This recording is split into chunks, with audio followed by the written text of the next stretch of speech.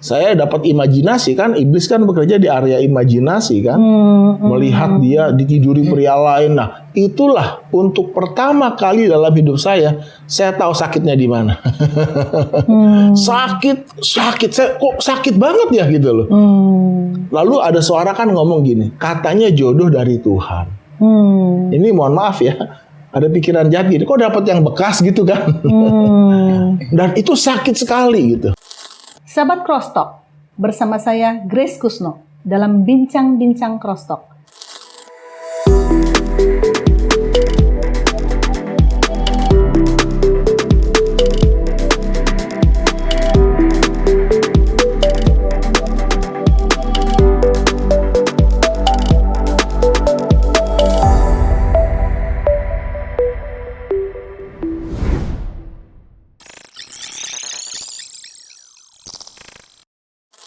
Saat ini saya ditemani oleh dua orang narasumber yang kisah hidup mereka sungguh-sungguh menjadi inspirasi bagi banyak orang. Pasangan yang relatif masih muda, tapi hidupnya membawa dampak bagi begitu banyak orang. Mari kita sama-sama mau belajar dari kehidupan mereka, dari kesalahan, dari mungkin kekurangan, lalu kemudian bagaimana mereka menggenapi apa yang visi yang Tuhan mau dan apa yang terjadi dalam kehidupan mereka berdua. Saya perkenalkan saat ini kembali bersama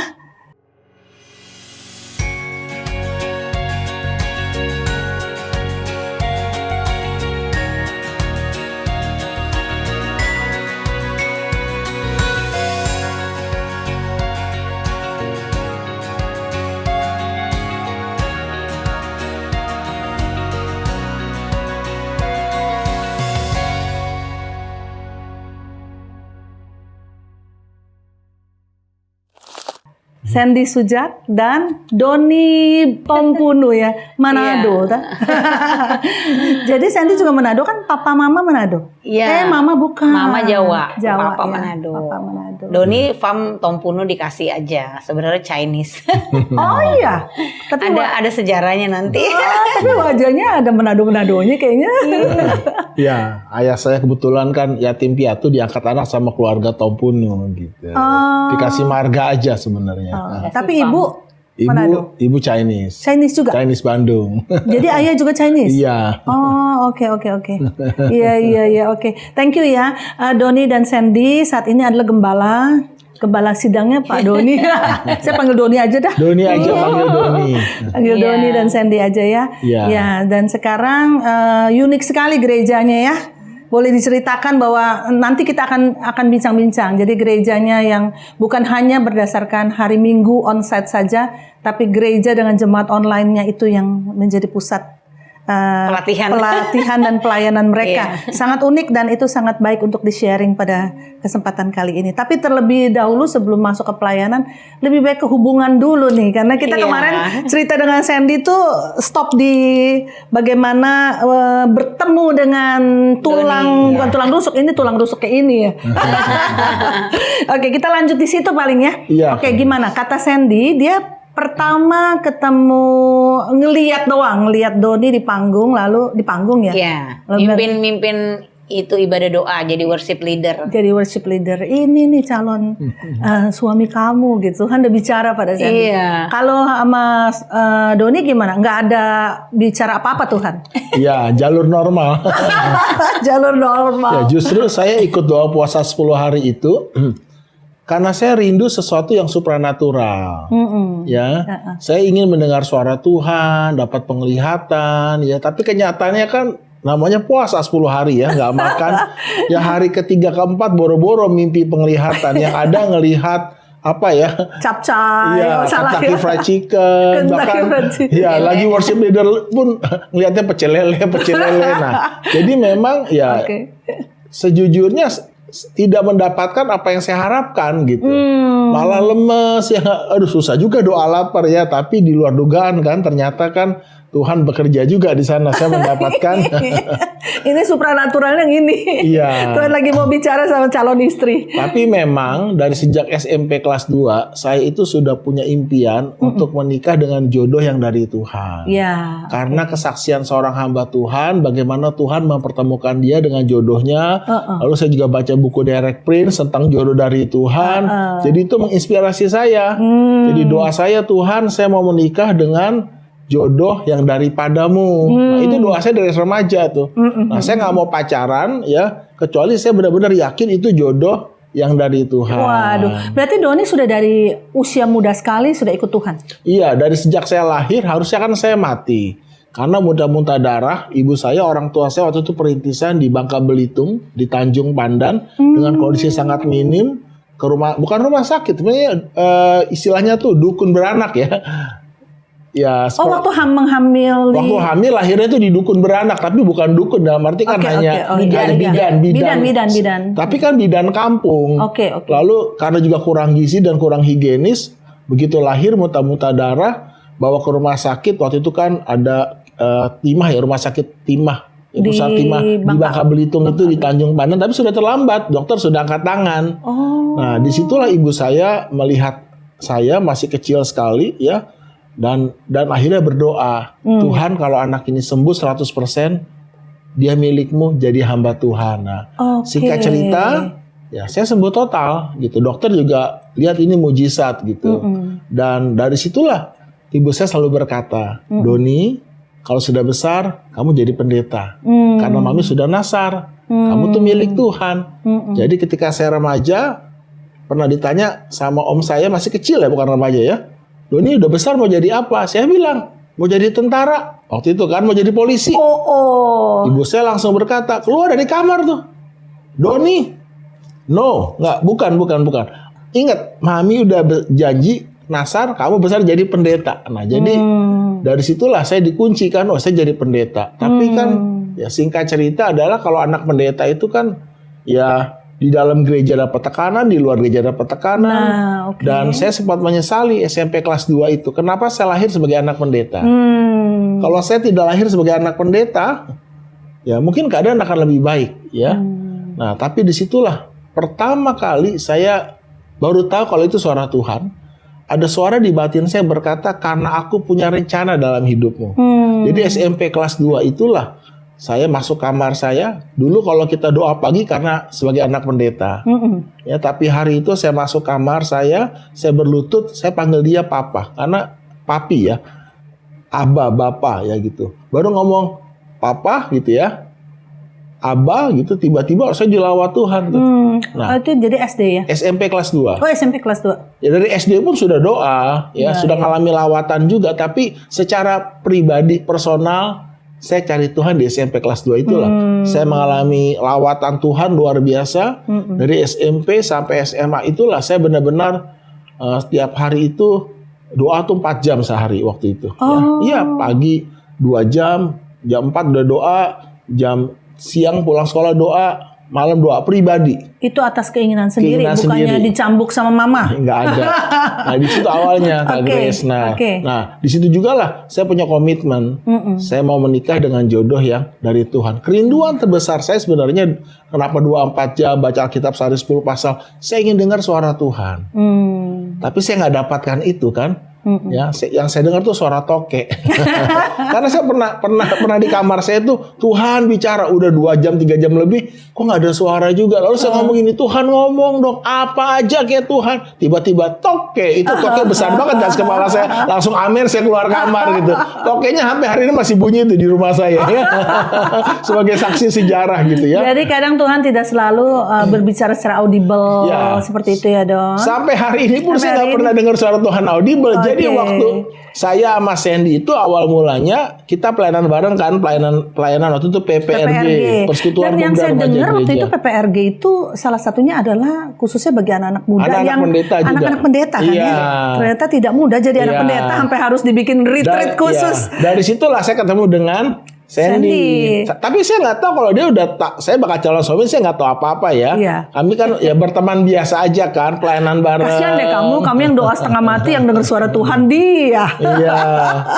Nah, Tapi tidak sia-sia kok doa kamu. ya kalau saya jalurnya kan normal ya. Iya. Waktu dia lagi nyetir, saya nggak bisa nyetir waktu itu kan. Saya ngelihat dia cerita bagaimana dia pelayanan. Ya waktu itu kita ke satu gereja, sebutlah GPPS Bekasi, ya. Kami melayani juga di sana.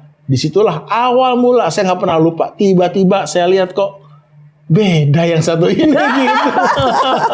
Nah, Tiba-tiba. tapi saya nggak tahu kalau itu jodoh dari Tuhan ya. Saya selalu bawa dalam doa, Tuhan, kalau memang ini bukan jodohku daripadamu, nggak ada masalah Tuhan. Saya rela kau lepaskan dia, sekalipun saya suka sama dia. Nah, saya terbuka gitu.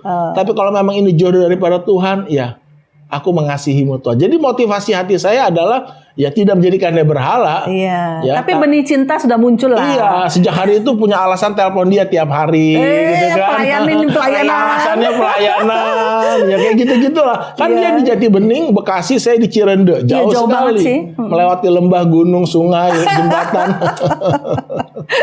Zaman dulu ya, enggak lah segitu. Iya, karena naik angkot, naik Iya. segala macam tuh kan 3 jam Iya, kan. kan mesti dari Cirende ke Lebak Bulus. iya. Lebak Bulus naik bis ke Rambutan, Itu tahun berapa Rambutan ya? ke Uki. Tahun berapa ya itu? Ya, tahun 97 ya. kan. Setuju ya. Dari Uki naik mikrolet ke Caman, dari Caman naik ojek baru ke rumah dia. Nah, itu Sungguh perjalanan. perjuanganmu betul-betul angkat topi. Zaman Iya. sekarang nggak mau kali laki-laki seperti begitu. Iya. Tapi kan karena cinta tak terasa. Iya. Lautan kan ku seberangi. Gunung kan ku daki. Ngeliat gentengnya aja udah Betul. deg-degan gitu. Betul. Hamba Tuhan siapa tuh yang bilang? Iya, nah Oke, jadi Dan. itulah yang terjadi kan. Nah, tapi setelah beberapa lama ya intinya waktu itu saya ingat saya pun menyatakan cinta, dia nggak langsung terima karena saya ngomong di telepon kan. Oh. Dia rasanya gimana kok ini nggak gentle banget gitu kan. Oh, oke.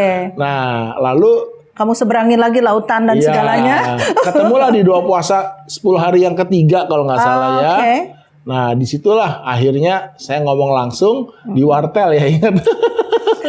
Gak romantis banget karena saya grogi gitu kan. Nggak pernah pacaran, Kak. Oh iya, iya kan mintanya nggak gitu, maunya Iya. langsung ya dapat pasangan. Lalu singkat cerita ya diterima, ya saya seneng banget kan. Nah, lalu ya kita mulai bangun hubungan serius gitu. Ya, Pak, emang dasarnya kan untuk menikah. Saya tuh bangun hubungan untuk Udah langsung bina pranikah atau gimana? ya masuk pranikah. Saya pun Langsung, ketemu papanya gitu kan.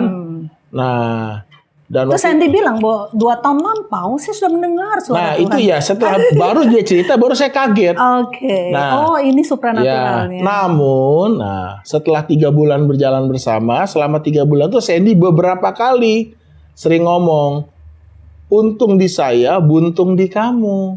Nah, saya nggak ngerti tuh maksudnya apa ya. Nah, lalu dia serius itu, boleh nggak kita ada waktu khusus, aku mau cerita masa lalu aku.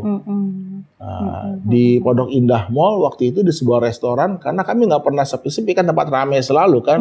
Diajarin di bimbingan pranikah seperti itu, Iya, menghindari betul. tempat-tempat sepi. Dan kami yang terbuka, di situ dia terbuka bahwa aku ini udah pernah aborsi 2 kali dia sebut waktu itu. Saya kaget ya, dia pun dalam kondisi menangis ya, dan orang lain juga ngelihat kan. Nah saya kan risih kan, saya bilang it's okay, nggak ada apa-apa gitu ya. Ya kan ada beberapa yang ngelihat ada apa ini, ada drama apa kan Nggak gitu. tahan ya Sen, Iya. cerita nangis ya. Nah lalu saya katakan dalam kondisi tidak sadar ya, karena takut ya nggak apa-apa kok, aku bisa terima. Nah tapi sadarnya setelah itu. Setelah kita pisah, saya pulang di jalan baru mikir kalau udah aborsi itu masih gadis atau enggak ya gitu. Dasar polos. Polos banget. Iya, tapi benar-benar saking shock kali ya. Lalu tiba-tiba gambar itu berganti gitu ya. Saya dapat imajinasi kan, iblis kan bekerja di area imajinasi kan. Melihat dia ditiduri pria lain. Nah, itulah untuk pertama kali dalam hidup saya tahu sakitnya di mana. Sakit. Saya kok sakit banget ya gitu loh. Lalu ada suara kan ngomong gini, katanya jodoh dari Tuhan. Ini mohon maaf ya, ada pikiran jahat gini, kok dapat yang bekas gitu kan. Dan itu sakit sekali gitu. Nah, dari titik itu, disitulah sebenarnya Tuhan mengajar saya tentang arti kasih. Gitu. Nah, tapi butuh waktu kurang lebih 6 bulan dan bersyukur untuk bimbingan pranikah. Karena ada penasehat, ada Oh, yang jadi 6 mendampingi. bulan itu tetap ikut bimbingan pranikah. Ikut, Jadi kami nggak ikut. gara-gara dengar cerita Sandy, udah saya mikir dulu deh gitu. Justru kita sudah ikut bimbingan pranikah dari sejak semula. Oh. Karena kita memang serius masuk pernikahan. Setelah bulan tertentu baru Sandy cerita. Iya, 3 bulan setelah bangun 3 bulan hubungan. bangun hubungan. Oke. Dan tetap dilanjutkan sampai 6 bulan. Iya. Kemudian, Sampai panjang juga ya bimbingan pranikah mas, setahun lebih deh. Setahun lebih, ya. Kita 1,5 tahun kok bangun hubungan dari jadi kita ini. Nah, namun butuh waktu 6 bulan. Di situ ya up and down ya. Up and down. Kadang-kadang saya terima, sampai Sandy pun ngalami juga goncangan jiwanya kan. Merasa diri nggak layak, merasa kotor lagi gitu kan. Karena saya suka mengungkit-ungkit juga masa lalunya ya. Nah, lalu akhirnya saya mulai, tadinya kan kami sepakat ya. Kami no kissing segala macam ya. Saya mulai menggoda dia. Dulu kan kamu kasih sama pria lain, masa aku cium aja nggak boleh? Nah, dia bilang, kalau kamu mengasihi aku kan, bukan menafsui aku. Kasih itu sabar. Nafsu kan nggak sabar, nggak sopan gitu loh. Ya itu tembok, cium aja tembok katanya. Sandy bisa begitu ya? Iya, saya udah punya prinsip. Oh ya, benar-benar Jaga terjadi pranikah. perubahan dalam diri Karena Tuhan kamu. langsung kasih visi, kita mau masuk pernikah dalam keadaan jaga kekudusan. Ya karena pada waktu itu kayak seperti Tuhan tuh kasih saya lihat bahwa lewat hidup kamu yang dulunya memang sudah hancur, terus pulih, kamu punya masa depan berbeda. Dalam cara kamu membangun hubungan pun dengan calon suami kamu juga kamu harus jaga. Jadi itu Tuhan didik langsung gitu kayak, dan juga lihat contoh-contoh teladan yang lain juga kan. Jadi saya putuskan sebagai wanita saya mau jaga kekudusan hidup Sama saya. sekali tidak mau kembali ke hidup yang lama. Tidak mau. Ya, makanya keberhasilan pranikah itu di tangan perempuan yang wanita.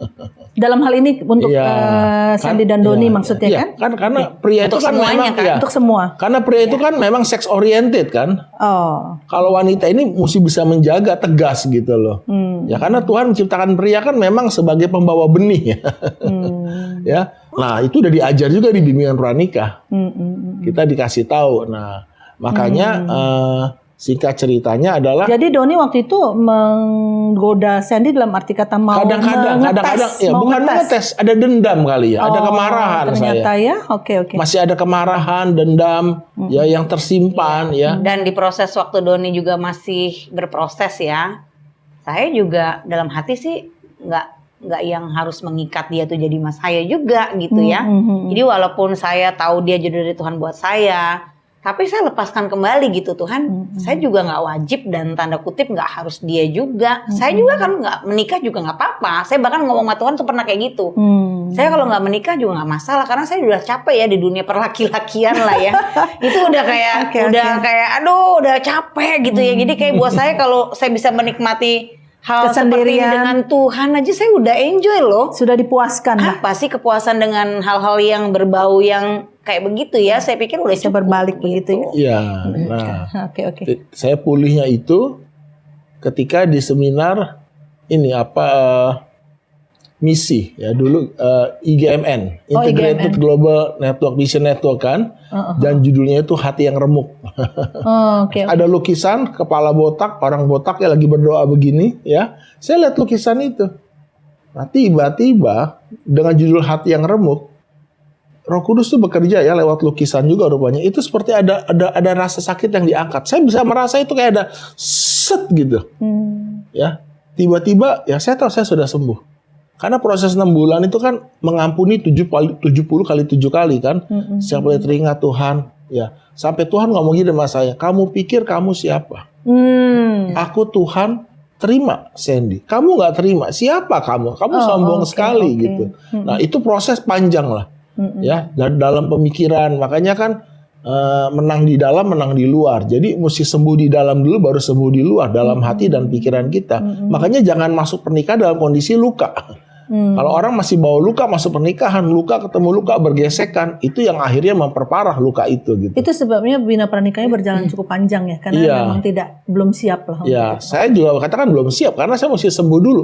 Saya pun berkata masalahnya di saya kok bukan di kamu, saya mesti sembuh dulu. Sampai Tuhan jelikan mata saya, dan terjadilah momen itu. Nah sejak itu saya telepon malam itu, saya habis selesai malam itu seminar saya telepon dia kok. Dari Kinasi waktu itu saya ingat banget. Saya ngomong, aku udah sembuh sayang. Aku udah siap, kita masuk dalam pernikahan. Nah dia berkata, nanti sakit lagi gitu kan. Tapi saya tahu saya sudah sembuh. Saya katakan dengan mulut saya sudah sembuh. Dan buktinya apa? Saya ketemu pria yang dulu sempat jalan sama Sandy pun gak sakit lagi. Sampai hari ini pun ya gak ada peristiwanya gak lupa, tapi rasa sakitnya udah hilang. Ya seperti saya pernah jatuh di Metro Mini, ada luka di sini, sampai dijahit. Peristiwanya saya nggak lupa, tapi nggak sakit lagi karena sudah sembuh. Ya mungkin Doni merasa demikian ya. Saya udah hidup sungguh-sungguh dalam Tuhan, menjaga kekudusan sebagai seorang laki-laki selama ini. Kok dikasih jodoh yang ancur-ancuran hidupnya gitu, kayak nggak pas banget Tuhan gitu ya? Ya, tapi itu kecewa, kan masa lalu. ada kecewa ya, gitu juga. Ya, itu 6 bulan itu. Tapi kan saya dikelikan gitu. Makanya ketika saya bisa melihat Sandy seperti Tuhan, bukan seperti yang saya lihat atau dunia lihat, saya benar lihat Sandy itu ciptaan yang baru. Betul. Dia suci, dia kudus. Karena semua dosanya sudah dipikul oleh Tuhan di kayu salib. Kayak benar-benar ya baru, dan kami menikmati pernikahan kami selama 25 tahun ini ya, walaupun tahun kelima ya 10 tahun pertama lah, dari 25 tahun itu 10 tahun pertama ya. Tantangannya masih terus ada. Ya, 10 tahun pertama. Ya, tahun kelima dia hampir ninggalin saya juga kan. Nah loh, oke. Nah, mungkin ya. Sandy yang cerita kalau sekarang Sandy yang cerita. Iya betul. Jadi udah memiliki suami yang sebetulnya dalam tanda kutip cukup ideal. Iya. Waktu itu udah belum pegang jemaat dong, belum masih jemaatnya Papa ya. Iya, dan saya kan pelayanan di berbagai tubuh Kristus kan, gereja-gereja keliling ya. Pemuda ya. Ya, tentu juga mengalami salah satunya pemicunya masalah keuangan. Karena saya sebagai anak pendeta tidak pernah diajar bagaimana mengelola uang. Pokoknya banyak doa, banyak berkat. Sedikit doa, sedikit berkat. Tidak berdoa, tidak ada berkat dan tidak ada ayatnya juga kan. Nah, jadi disitulah ya mengalami pergumulan karena nggak terlatih. Ada uang habis, berkat banyak habis, gak dikelola, intinya gagal mengelolanya. Karena selalu dengan alasan yang cukup rohani, artinya gak apa-apa, besok juga Tuhan kasih berkat lagi. Iya, ya kan? Itu pikiran yang memang ya tidak muncul satu terus. Ya harus kita intinya belajar mengelola lah. Ya. Ada yang disimpan, ada yang ditabur, ada yang dipakai gitu kan. Jadi nilai-nilai yang salah pun akan membuat kehidupan kita jadi lebih susah ya. Dan itu yang kita belajar. Itu yang 5 tahun pertama menjadi kendala, Sandy. Iya. Coba tolong Sandy ceritakan. Jadi memang kembali ke gambar diri ya, lewatin masa proses Doni juga menerima saya. Iya. Saya kan juga harus menang dulu, berdamai dengan diri sendiri. Iya. Ya kan kita berdamai dengan Tuhan, berdamai dengan diri sendiri, baru ke sesama. Ya di situ saya pun juga menang kan. Tadi saya bilang selalu ngomong sama Doni kan, kamu untung saya buntung kan. Artinya apa ya? Saya untung dapat kamu barang ori kalau barang nih ceritanya. Tapi kamu dapat saya kan barang second. Ya sampai satu hari juga Tuhan tuh menegur saya gitu ya. Saya tidak suka kamu ngomong seperti itu pada saat saya teduh pagi. Nah memang kamu pikir kamu siapa? Nah waktu ditanya memang kamu pikir kamu siapa, saya juga nggak bisa jawab. Saya juga ada problem di identitas diri. Saya nggak tahu saya siapa. Gitu kan. Waduh di situ saya nunduk, diangkat dagu saya dalam doa itu kerasa banget gitu ya, berhadapan langsung dengan Tuhan gitu, yang terus mau saya tuh paham siapa saya gitu. Sampai saya nggak bisa jawab dan Tuhan bilang, kamu itu putriku, putri kerajaan sorga gitu ya. Wah di situ saya kaget ya, Tuhan aja mengakui saya putrinya. Langsung saya ketemu Doni, saya ngomong mulai hari ini saya nggak akan ngomong lagi ya, saya untung kamu buntung dapat saya, bahwa kamu juga untung dapat saya karena kamu menikah dengan putri kerajaan sorga. Nah itu Tuhan memulihkan, membangkitkan itu loh rasa percaya diri kamu ya. Saya dipulihkan memang benar sejak Doni itu mengalami proses 6 bulan itu. Sampai hari ini pun kami menikah, kita 25 tahun. Itu Doni tuh nggak pernah ungkit-ungkit lagi masa lalu saya, memang benar. Ya jadi saya tuh benar justru mengalami banyak pemulihan dari melihat figur suami, figur Doni. Kalau manusia aja ada yang seperti dia, apalagi Tuhan kan, dia aja terima masa lalu saya, dia aja nggak pernah ungkit-ungkit saya. Jadi saya melihat dia itu Kristus gitu loh. Saya makanya bilang, kamu tuh Tuhan Yesus banget deh. Maksudnya dia jadi cermin buat hidup saya. Nah tapi konteks dalam pernikahan itu kan kembali lagi ya, kita melewati proses ujian. Dan pemicunya masalah kecil Kak Grace, jadi ya. Bukan karakter lagi, karakter. Bukan, jadi gini Kak Grace. Jadi tidak ada masalah yang langsung besar kan. Semua masalah besar itu Dimulai dari masalah kecil yang nggak pernah diberesin. Betul. Contoh misalnya ya, saya dan istri punya gaya doa yang berbeda. Saya kalau doa tuh kan tenang. Haleluya. Nah kalau dia kan nyanyi, menyembah Tuhan, saya berarti berisik banget ya. Berarti saya mau doa, gimana mau dengar suara Tuhan? Ini berisik banget nih. Saya bilang sama dia, aku nggak bisa doa bareng kamu nih. Kamu kalau doa berisik, saya bilang. Dia ngikutin doa saya, ngantuk. Saya nggak usah ngasih. Jadi udah kita doa masing-masing. Nah lupanya itu melukai hati dia. Dan dia ada kemarahan ya, kamu cerita. Penolakan ya seolah-olah ya. Enggak, jadi kan di BPN tuh kita udah komitmen dong harus ada mesbah keluarga. Jadi bayangin aja yang saya rindukan sebagai istri tuh mesbah keluarga. Rohani dong. Nah pada waktu Doni ngomong saya nggak bisa doa bareng kamu. Saya tuh entah kenapa ya. Saya bisa terima saat itu tidak marah, tapi di hati saya pendem. Tapi ada suara yang ngomong begini, oh gitu. Gue nggak pernah nuntut lo minta Intan Permata Diamond rumah mewah lo ya. Gue nggak pernah nuntut lo itu. Gue cuma minta doa bareng. Lo nggak bisa penuhin. Lo bahkan nggak mau doa bareng gue. Oke, itu kayak ada ego yang naik gitu. Dan saya simpan di batin gitu ya. Lo harus tahu. Lu belum tahu siapa gua. Waduh. Jadi saya kedagingannya, proses kedagingannya masih terus. Ya, dan saya kan nggak sadar itu. Dan Sandy pun ya kan ya akhirnya bertumpuk-tumpuk kan. Belum lagi plus masalah keuangan lagi, nambah lagi kan. Iya. Jadi di situ saya terluka tanpa saya sadari, kan saya juga pengen dinilai suami sebagai istri harus bijaksana, harus dewasa. Masa nanti wah begitu saya aja udah marah. Masalah kayak gitu, tapi kenyataannya memang saya terluka gitu. Dan saya pendam, dan saya pun awalnya nggak sadar kalau saya itu luka karena masalah itu. Itu poinnya, karena lama dipendam itu jadi bom waktu meledak. Ya belum pemicunya keuangan lagi dan sebagainya, cuman akarnya memang saya menyimpan kemarahan. Akhirnya tabiat saya itu yang lama tuh seolah-olah muncul ya. Di situ dimana saya berproses sama Doni itu, kalau di bagian sayanya itu penundukan diri. Karena kan saya anak tertua, punya 3 adik laki ya. Saya hidup biasa mandiri. Saya kerja, saya kuliah, saya apa semua sendiri. Nah sampai waktu masalah sulit uang, saya tuh jadi timbul pikiran-pikiran toksik ya, yang berkata bahwa kalau gue tanpa lu gue juga bisa hidup. Gue bisa lebih sukses bahkan kalau tanpa lu. By the way, Gitu. karakter kalian berbeda banget ya. Kalau Sandy mungkin ada dominannya atau? Enggak, Saya ke kuning ya, saya lebih ke hijau. Saya lebih ke hijau stabil. ya. Dan memang Sandy ini kan lebih ke action. Saya lebih ke konseptual, mikir, merenung. Saya kerja di dalam, dia lebih aktif keluar. Sandy yang menolong realisasikan apa yang jadi konsepnya Doni lah. Cuma seringkali kan saya juga mencemooh dia, merendahkan dia. Konsep lu, cara berpikirnya nggak. Dia itu kan bertindak dulu kan. Sedangkan dia bertindak tanpa berpikir. Saya berpikir tapi nggak bertindak. Betul. Jadi saya memandang dia pria yang lemot gitu ya, lemot gitu kayak lama gitu kan. Jadi mau dibawa kemana nih pernikahan kalau kayak gitu? Sementara saya butuhkan kepastian ya, tahapan demi tahapan tuh saya orangnya tuh harus jelas gitu kan. Nah, itu yang membuat saya juga akhirnya goncang juga nih ngadepin kehidupan rumah tangga seperti ini gitu loh, kayak tidak ada kejelasan. Jadi intinya yang saya mau sampaikan ya, jodoh nggak jodoh tetap konflik gitu. Betul. Jadi, walaupun jodoh bukan berarti konflik free. Iya. Itulah ya. Artinya kan gitu. Disitulah makanya yang kita belajar adalah yang itu. Yang pertama kan saling mengenali, saling mengerti, menerima, baru menyesuaikan. Nah, akhirnya saya mesti mengenali ternyata isi saya seperti ini. Dan saya harus mengerti dia, dan saya harus belajar menerima. Itu kan proses yang panjang. Betul. Ya, dan saya harus berani mengakui bahwa saya bukan suami yang baik, untuk saya bisa jadi suami yang lebih baik. Gitu. Jadi kami saling, ya disitulah saling proses merendahkan hati ya. Nah, karena Alkitab berkata kan, siapa bersih tegang leher akan diremukan sampai tidak dapat dipulihkan lagi. Nah, masalahnya selama kita terus bersih tegang leher, ya Tuhan nggak bisa pulihkan gitu. Sampai salah satu ya, minimum mulai dari salah satu, merendahkan hati, meremukan hati, baru Tuhan bisa pulihkan. Dari situlah.